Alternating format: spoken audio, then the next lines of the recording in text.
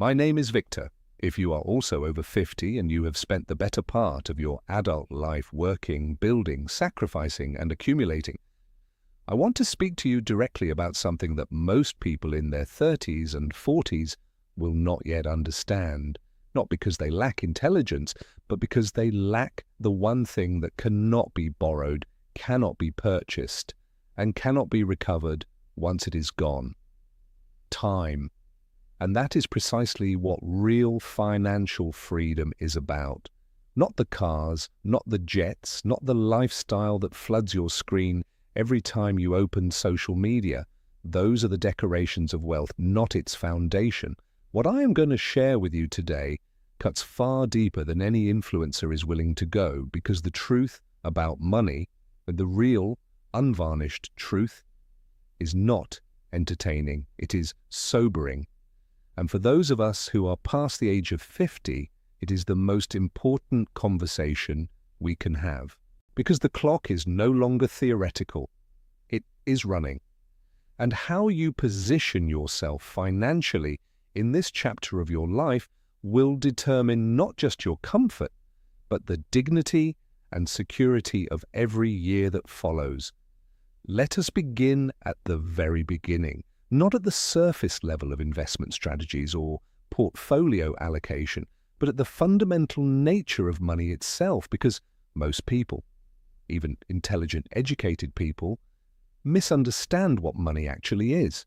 Money is a claim on labor. Read that sentence again. Money is a claim on labor. When you go to work every single day to earn a paycheck, what you are actually doing is exchanging your time, your energy, your expertise, the irreplaceable hours of your one life, in exchange for a claim that you can then use to purchase someone else's time and labor.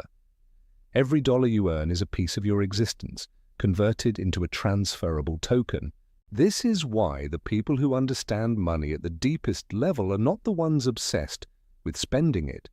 They are obsessed with multiplying those claims so that the claims can make more claims without requiring any more of their time.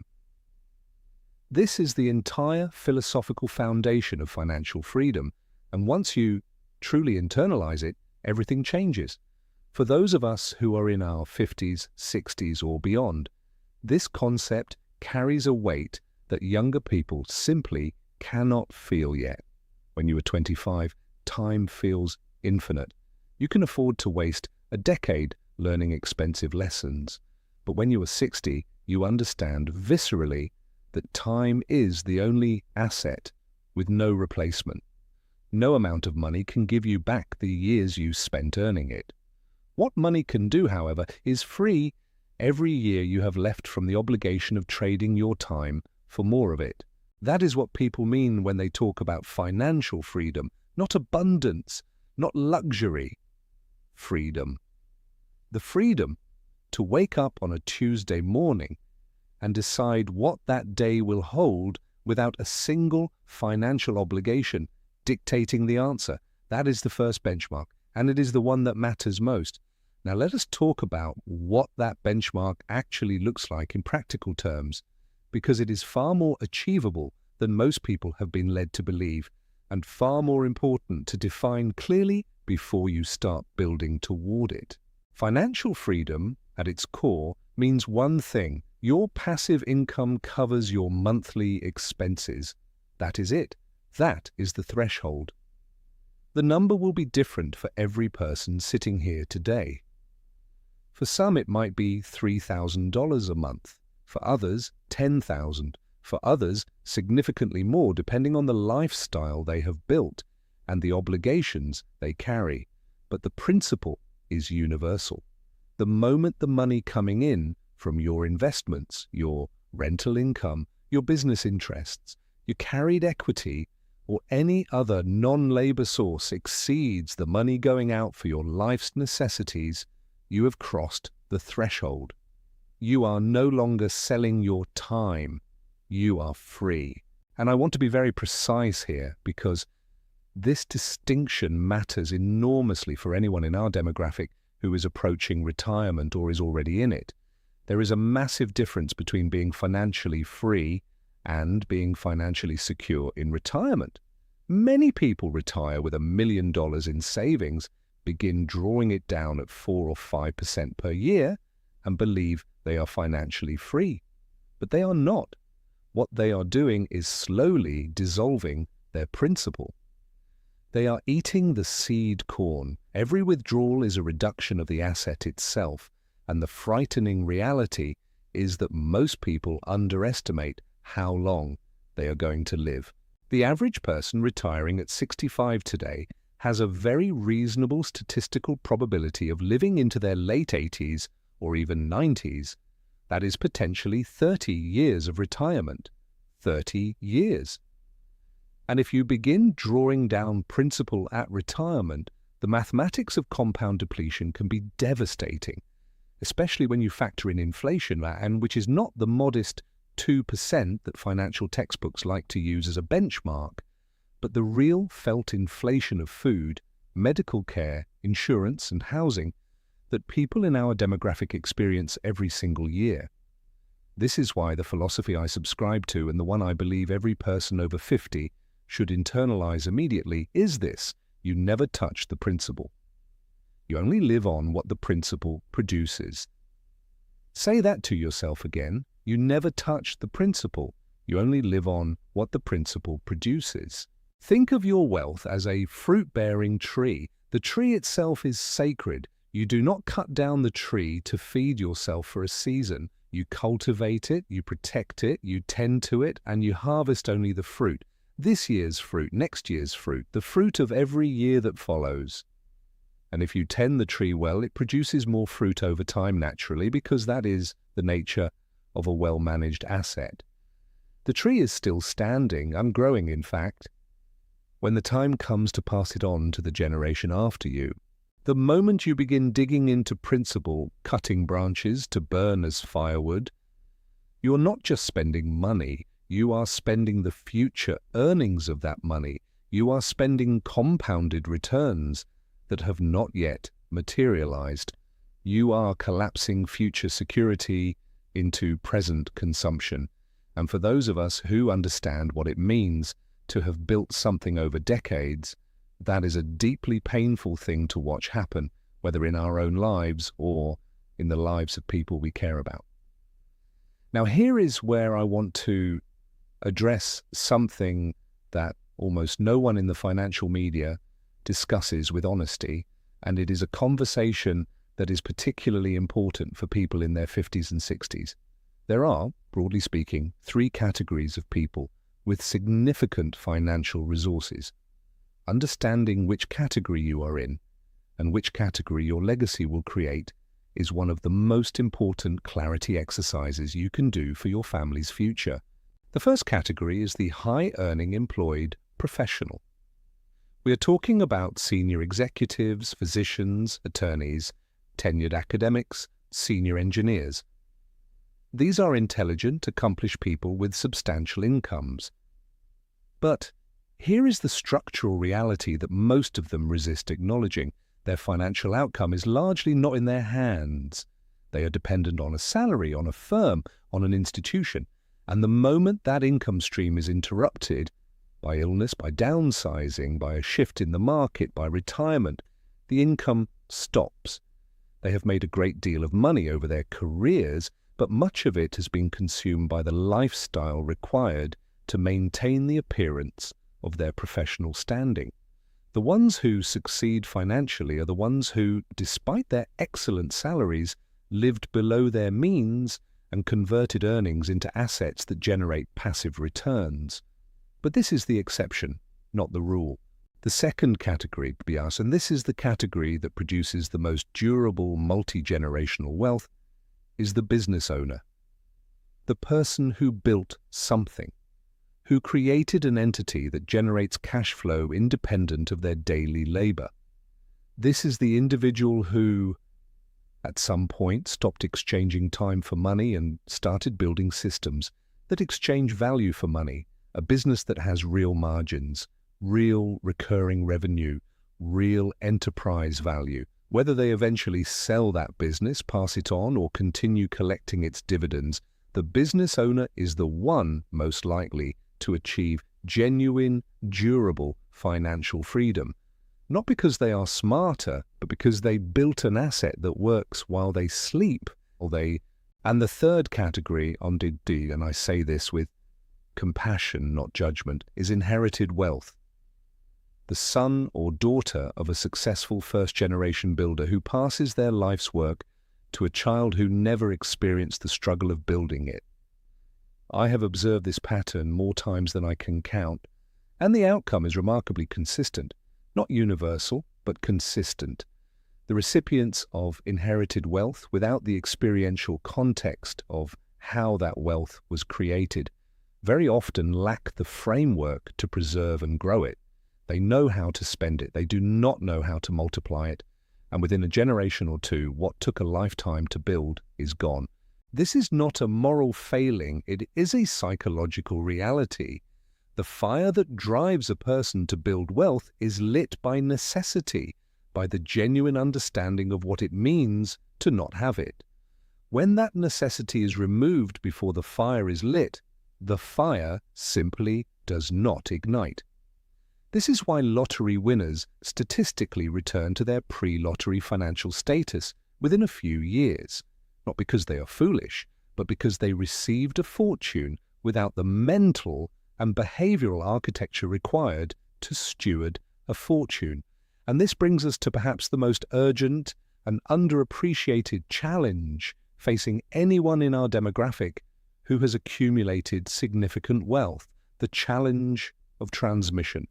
How do you pass on financial resources to the next generation in a way that does not extinguish the very qualities that made those resources possible? This is not a question with an easy answer, but let me share what I believe to be the most critical insight on this subject. The first generation builds wealth out of necessity and hunger. They remember what it was like to have nothing, and that memory is a powerful, relentless motivator. Their relationship with money is forged in scarcity, and so they instinctively know its value, its fragility, and the discipline required to accumulate and protect it. The second generation grows up watching the first generation work. They see some of the struggle, they absorb some of the values, but they are also beneficiaries of the comfort that the first generation's success created. They often do well. They often carry the torch, though sometimes with a somewhat shorter flame. It is the third generation that is statistically most likely to exhaust the inheritance. And the reason, when you examine it clearly, is that they grew up in an environment where wealth was simply the ambient condition of existence. It was not earned, it was not witnessed being earned, and therefore it was not truly understood. The mechanisms of wealth, what in the discipline, the patience, the sacrifice, the decision-making under pressure, were never transmitted alongside the assets themselves. There is an old saying in many cultures across many languages that translates roughly to this: the first generation builds, the second generation maintains, the third generation destroys. It is not a law of nature, but it is a pattern so common across human history that it deserves to be taken very seriously as a warning. If you are in your 50s or 60s and you have accumulated meaningful wealth, the question of how to prepare your heirs to receive it is arguably more important than how you grow it.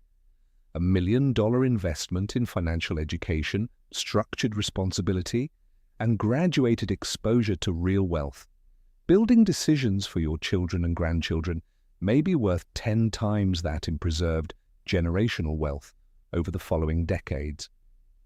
Now let us return to the practical mechanics of building and maintaining wealth, because for those of us who are still in accumulation mode, or who are in the transition between accumulation and preservation, the strategies matter enormously.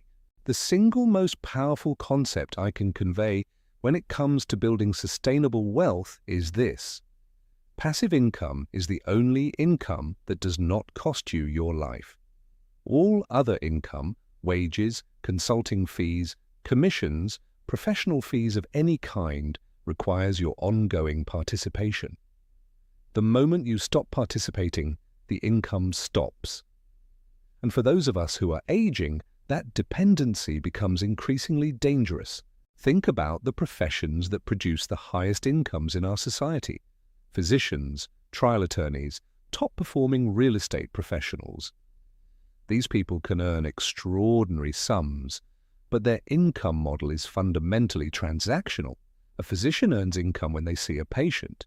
When they cannot see patients, because of illness, because of burnout, because of retirement, the income stops.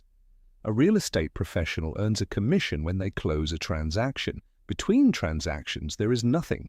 They are on what I sometimes call an income treadmill, always running, always expending energy, and the moment they stop running, they are standing still.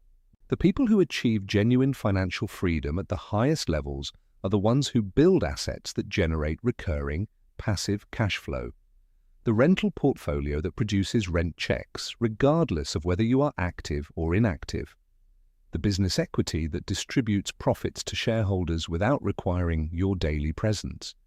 The diversified investment portfolio that generates dividends and interest while you pursue whatever brings you meaning.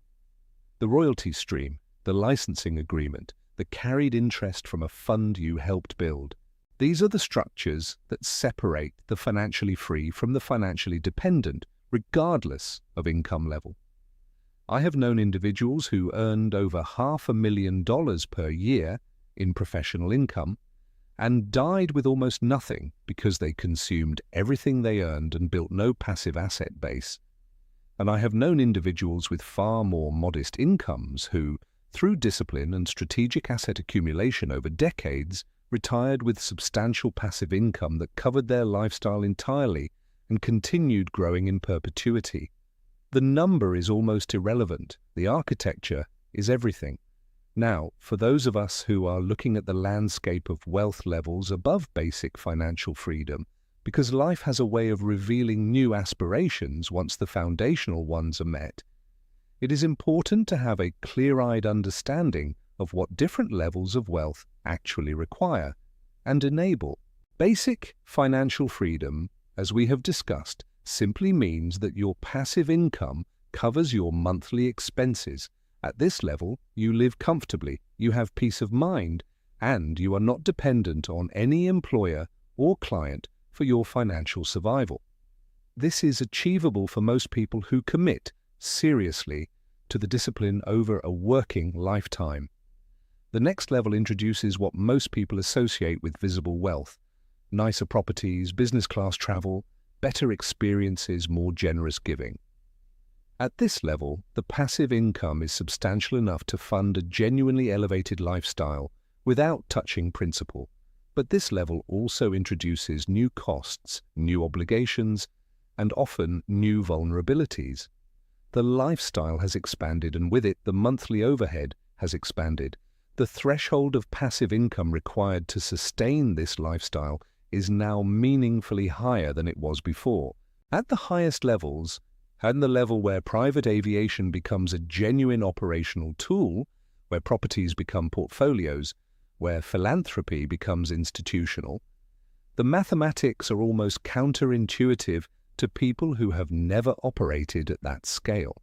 A private aircraft is not just a luxury, it is an operating cost center that requires tens of thousands of dollars per month to sustain, regardless of how much you fly it.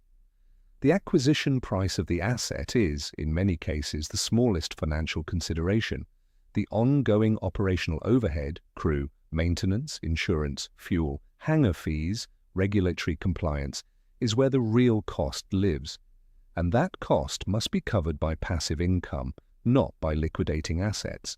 The reason I mention this is not to glamorize these things. It is to make an important point about the relationship between lifestyle and passive income requirements. As your lifestyle expands, your required passive income threshold expands with it. This is not necessarily a problem, but it is a discipline problem if you allow lifestyle to expand faster than passive income, and that is a trap that many newly wealthy individuals fall into regardless of age. The proper sequence is always this: passive income first, lifestyle second. You build the income stream that the lifestyle requires before you adopt the lifestyle. You do not reverse the order and hope the income catches up. Hope is not a financial strategy. Now, I want to speak about something that rarely gets discussed in polite financial conversation, but is very real for anyone who has accumulated meaningful wealth.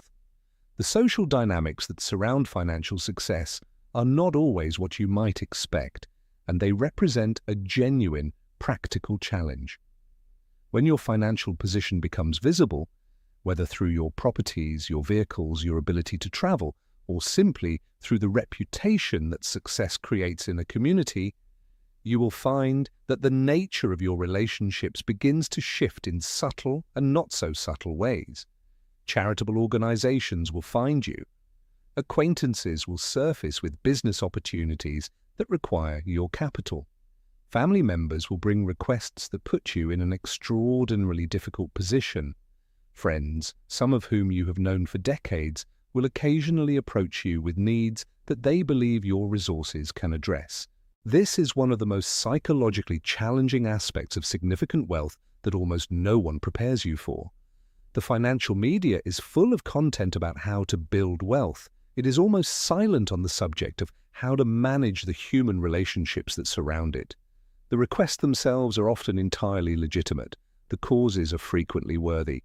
The people making them are often genuinely struggling, genuinely in need, and genuinely believe that for you, the amount they are asking for is trivial.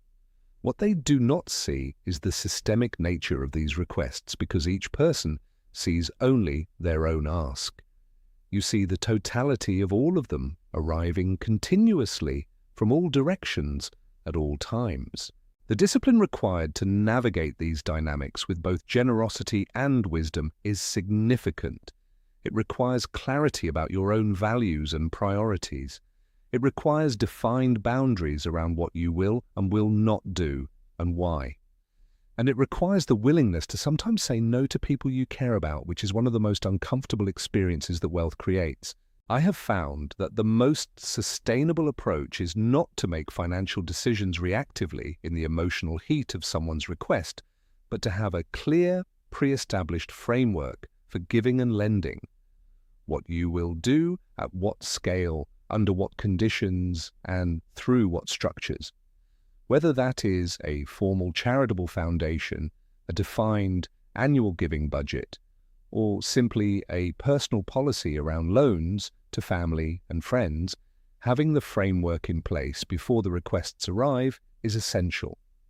Because in the moment of the request, your emotional response, your desire to help, your discomfort with conflict, your complex feelings about your own good fortune, will almost always work against your considered judgment. And now perhaps the most important thing I will say today, and I want you to hear this very clearly because it is the truth that underlies everything we have discussed. The purpose of accumulating wealth is not the accumulation itself. Wealth is an instrument, a powerful, flexible, liberating instrument, but an instrument nonetheless. The question that matters is what you intend to do with it. What experience do you want to have with the time it frees? What legacy do you want to leave behind? What impact do you want your financial resources to have on the people and causes you care about? These are not abstract philosophical questions. They are the most practical financial planning questions you can ask, because the answers directly determine how you should structure, invest, protect, and ultimately transfer your assets. The most common regret I have observed among people of significant wealth is not about the money itself. It is about time. Specifically, it is about the time that was spent accumulating wealth at the expense of living fully, and the belated realization that the freedom the money was supposed to create was available long before the amount reached the level they believed was necessary. There is always a bigger number. There is always a higher threshold. There is always a reason to push the timeline another few years, to work a little harder, to defer the life you intended to live until some imaginary future moment of sufficient readiness.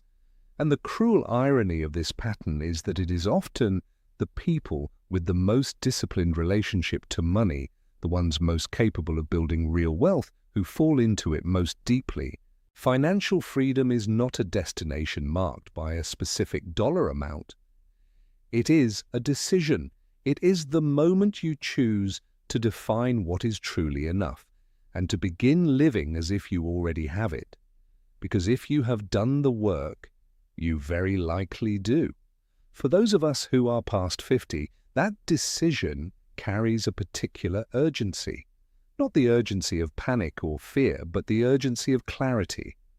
The clarity that comes from having lived enough life to know exactly what matters and having perhaps less of the future available to waste on what does not. Protect the principle. Live on the harvest. Prepare your heirs not just to receive what you have built, but to understand it, to respect it, and to continue building upon it. And never confuse the accumulation of money with the accumulation of a life well lived. One is the means. The other is the end. That distinction, internalized deeply and early, is worth more than any number in any account.